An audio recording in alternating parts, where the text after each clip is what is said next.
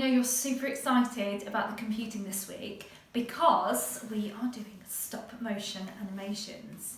So in this video, I'm going to give you a few tips. I'm going to show you how to do it. Even if you think you're an expert, it would be worth just watching it just to remind you of some basics. So I have borrowed a flat from some year sixes that they made last year, and then I have borrowed some little dolls from my cousin's little boy so that I can show you what to do. So you might be wondering what stop motion, I can't even speak, stop motion animation is. Well, you've probably seen it more times than you've realised. It is just lots and lots of still images, so lots of photos or lots of frames, as we're going to be calling them today, put together so that it looks like a video. When you were little, you might have made a little flip book animation by drawing a stick man and then by sort of flicking the pages and making him move. Well, that's stop motion animation. And you're going to be creating your stop motion animations using your flat, your characters, and your story plan from last week. So you might want to go and grab that now. So the professionals like Wallace and Gromit or Chicken Run, they use 24 frames a second. That's 24 photos, still photos, which we call frames, per second. So if you're making a 10-second video, well, you do the magic maths, 240 still images. We're not quite going to be doing that. We're going to do between 5 to 10 frames per second, which will still look really, really good, but just won't take as long as the professionals. Okay, so the first thing I would do is to get a little bit of masking tape or any tape and just put it on the surface that you're working on, so that if you move your flat, you know whereabouts it should be on the table. Okay, and then you can line it up. There we go. The next thing you need to do is to get another piece of masking tape and mark where you're going to have your camera, because you don't want your camera to be moving throughout the stop motion video either, because otherwise you'll make the viewers feel a little bit travel sick. So I'm going to put a little bit of tape here. Oh, it's a bit messy. There you go. And this is where I'm going to have my camera. Okay. Now, don't think, oh my goodness, I need a camera like that. You don't. You just need a normal camera. I've just borrowed this. Okay. So there you go. So if you move things, you know whereabouts it goes. Okay. That's your first step. Okay. The next top tip is moving your little characters. They need to move the smallest little tiny millimetre at a time. Okay, keep it small and keep it simple, and I'll show you what I mean. You also might want to put a little bit of blue tack on their feet so they don't fall over while you're taking your photos. So let me show you what I mean. I've just found this from last year under the bed. We don't need you, I'm afraid, sir. No, you can wait there. Okay, so blue tack on the feet, and then I'm going to put him in the first position. Okay, so that's how it's starting off. Make sure that table's standing. There we go, that's how it's starting off. And so then I would take my first photo.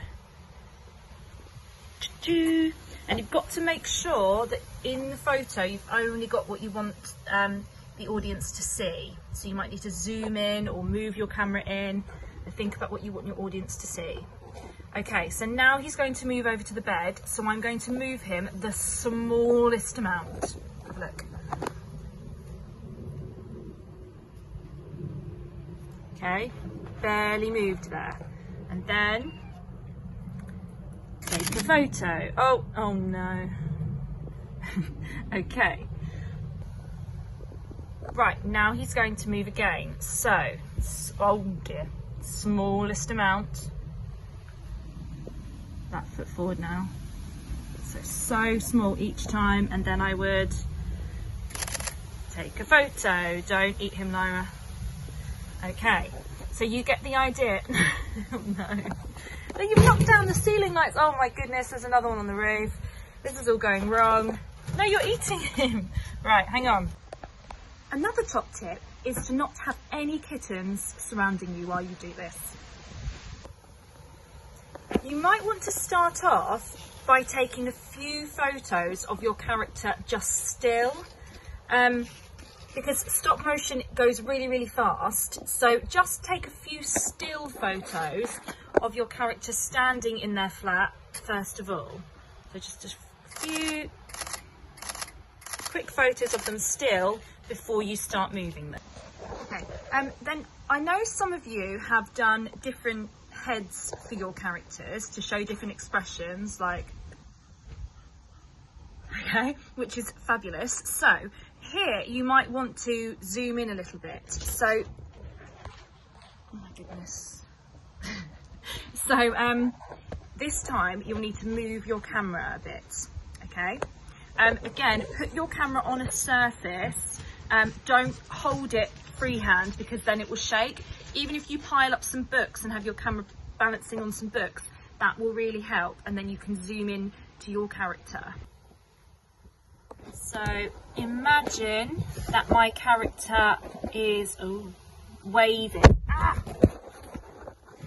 You really need, if you can get an assistant in your family to help you, that would be fab.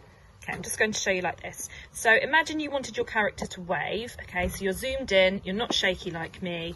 So you'd have your character like that, first of all. Then you take a photo. Okay, then you would move their arm so slightly up. Oh, okay. Then you take another photo. Then you move that arm up again. Tiny bit more. There we go. Another photo. Then again, a tiny bit. Oh, try not to move them like I just did. Like that. Another photo. Okay. You will end up with tons and tons of photos. But that's okay, that's what stop motion is. It's tons of photos and then put together in the correct sequence to create an animation.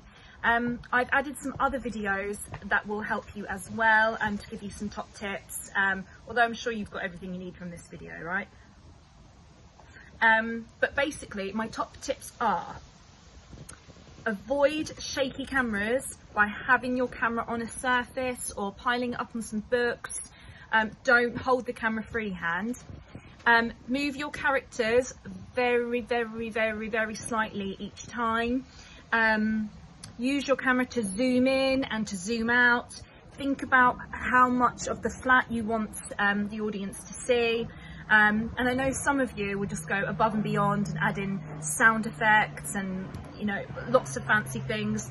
And yeah, go for it. Why not? If you know how to do that, or if you want to work out how to do that, that's amazing. Okay, good luck. I'm so excited to see what you make. It's really, really exciting. Right, have fun. Bye.